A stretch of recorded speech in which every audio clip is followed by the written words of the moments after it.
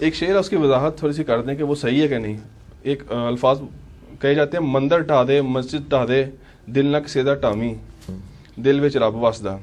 اے اتھوں ہی گیا ہے شعر جہلم تو ہی. اے سیف الملوک دا شعر ہے. مسجد ٹھا دے مندر ٹھا دے جو کوئی ٹہندا ایک بندے دا دل نہ ٹاویں دلاں وچ رب رہندا.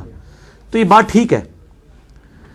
جامعہ ترمذی میں ابو داؤد میں حدیث ہے کہ اللہ تعالیٰ کے نزدیک ایک مومن کے دل کی حرمت جو ہے نا وہ اس سے بڑھ کر ہے کہ کوئی شخص کعبے کی اینٹ سے اینٹ بجاتا ہے. ٹھیک ہے, ان معنوں میں تو یہ بات ٹھیک ہے.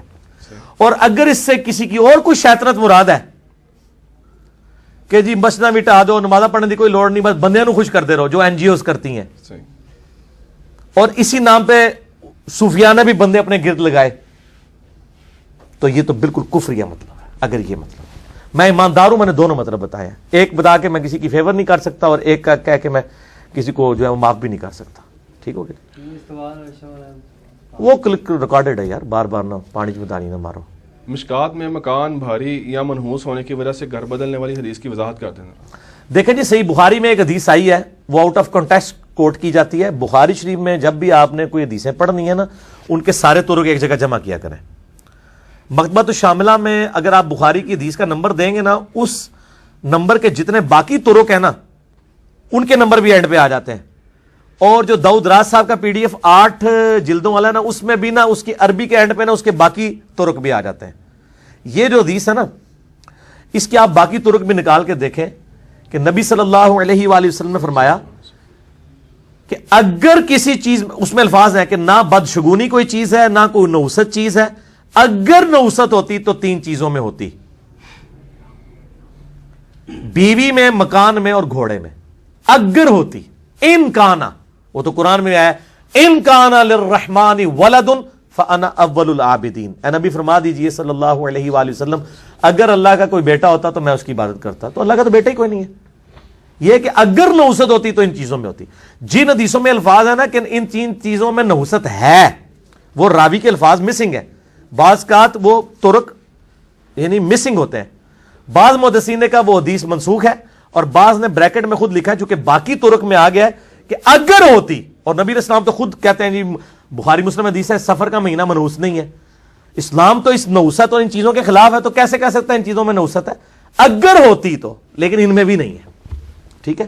باقی یہ کہ بعض اوقات یہ ہو سکتا ہے کہ کسی گھر کے اندر کسی گھر کا تنگ ہونا, کیا کسی بیوی کا نافرمان ہونا یا کسی سواری کا تنگ کرنا. جیسے گھوڑے بھی بڑے شریر قسم کے ہوتے تھے, آج کل بھی کئی لوگ ہیں بیچارے موٹر سائیکل آئے دن ٹھیک رہتے پھر خراب ہو جاتا ہے. گڈیوں والوں کے ساتھ مسئلہ ہوتا ہے, کہتا ہے اس کو کہ ویچ ہی دیں گے. ٹھیک ہے, تو اس کو اگر کوئی منوست کہنا چاہتا ہے تو وہ کہہ لے, تو اس کو اگر بدلنا چاہتا ہے تو بدل دے, تو کوئی اس میں مسئلہ نہیں. اگر آپ سمجھتے ہیں بعض کا جنات والا ایشو بھی ہوتا ہے, اس طرح کے ایشوز بھی ہوتے ہیں, تو بات یہ اس طرح کی حدیثیں بھی اسی پہ معمول ہوں گی کہ یہ منسوخ ہیں, کیونکہ دوسری حدیثیں ہمارے پاس موجود ہیں نا. ٹھیک ہو گیا. عوام میں کچھ ایس ایم ایس گھومتے ہیں کہ اس میسج کو 10 لوگوں کو سینڈ کریں تو ایک اچھی خبر ملے گی یا مراد پوری ہوگی, جو نہیں کرے گا تو وہ نقصان. ہاں, یہ جب میسج آپ کے پاس آیا جائے نا تو آپ اس کے جواب میں لکھیں کہ اللہ کی لعنت ہو ان لوگوں کے اوپر جو اللہ اور اس کے رسول کے اوپر جھوٹ بولتے ہیں, اور اینڈ پہ لکھیں آپ کو جو اچھی خبر ملنی تھی وہ یہ ہے. اس کا علاج یہ ہے. ظالم لوگ ہیں, جھوٹی روایات جمع کر کے اور اس طریقے سے جی 10 سیکنڈ کے اندر اتنا کریں یہ کریں, بالکل یہ ظلم کر رہے ہیں, بالکل ظلم کر رہے ہیں. ٹھیک ہے, ڈر جائیں اللہ سے. اچھا علی بھائی, ایک اور ہمارے یہاں وسوسہ بہت زیادہ ہے کہ کیا بلی کے رونے سے نحوست ہوتی ہے؟ اکثر لوگوں کا عقیدہ یہ ہے کہ جہاں بلی روتی ہے وہاں کوئی نہ کوئی فوت ہوتا ہے. اچھا, تو اس تھوڑا سا عوام الناس کو ذرا اس حوالے سے. تو میرے بھائی ان کو بتائیں کہ بھی کئی ایسی جگہیں جہاں پہ بلیاں نہیں ہوتی ہیں تو وہاں بندے کیوں فوت ہو جاتے ہیں.